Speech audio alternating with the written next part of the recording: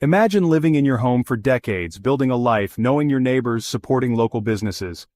Then, one day a letter arrives. You have 90 days to leave.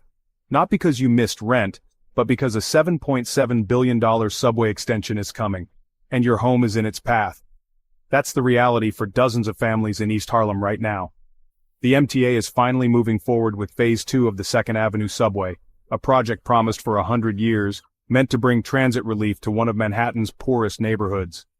But progress in this case has a price, and that price is displacement. At least 33 apartments and 19 properties are being seized by eminent domain. Families like the Diegos, who live at East 116th and 2nd Avenue, got their eviction notice in early August 2024. By October 15th, they have to be out. Their rent, about $2,900 a month. But the apartments the MTA is offering as replacements, way more expensive, and many are already unavailable.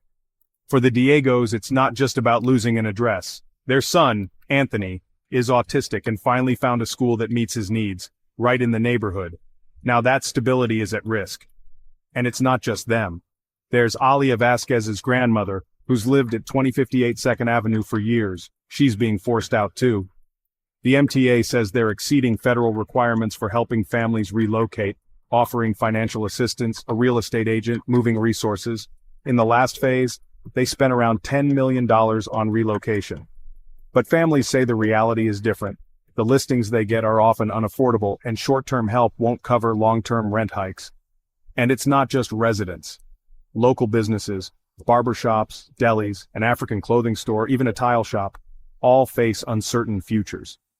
Business owners fear they'll be forced to shut down, just like what happened during the last subway expansion.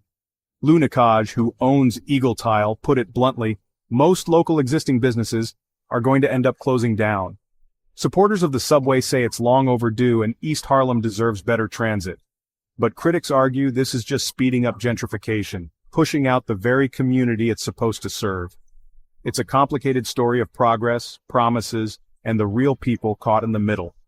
So, what do you think? Is this the price of moving New York forward? Or is there a better way to build a city without leaving families behind? Let me know in the comments. Don't forget to subscribe for more stories like this.